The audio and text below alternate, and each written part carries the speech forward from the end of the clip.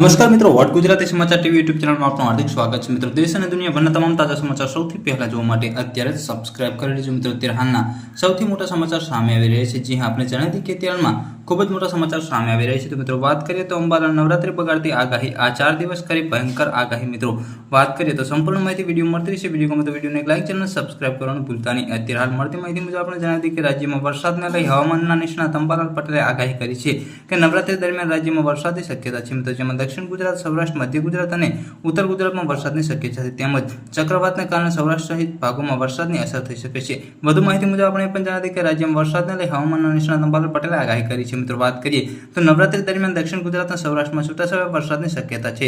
તો નવરાત્રી દરમિયાન 3 થી 5 ઓક્ટોબર સુધી વરસાદ પડી શકે છે। મિત્રો, 7 થી 12 ઓક્ટોબર દરમિયાન દક્ષિણ ગુજરાતમાં વરસાદની આગાહી કરાઈ છે, જ્યારે દક્ષિણ સૌરાષ્ટ્ર, મધ્ય અને ગુજરાતમાં પણ છૂટાછવાયા વરસાદની સંભાવના છે।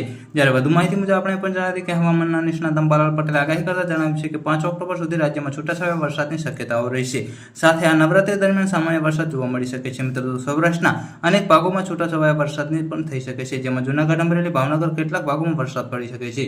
વધુ માહિતી મુજબ આપણે પણ જણાવી કે 5 ઓક્ટોબર હસ્ત નક્ષત્રમાં ગાજવીજ સાથે કેટલાક ભાગોમાં વરસાદ થઈ શકે છે। તેમજ તારીખ 10 ઓક્ટોબરથી 13 ઓક્ટોબર દરમિયાન બંગાળમાં ઉત્તર પશ્ચિમ મહાસાગરમાં ચક્રવાત થવાની શક્યતાઓ રહેશે, તેમજ નવરાત્રી દરમિયાન છૂટો વરસાદ થવાની શક્યતા છે। મિત્રો, પલપલની માહિતી વિડીયો મળતી રહેશે। વિડીયોને લાઈક, ચેનલ સબસ્ક્રાઇબ કરવાનું ભૂલતા નહીં। ધન્યવાદ।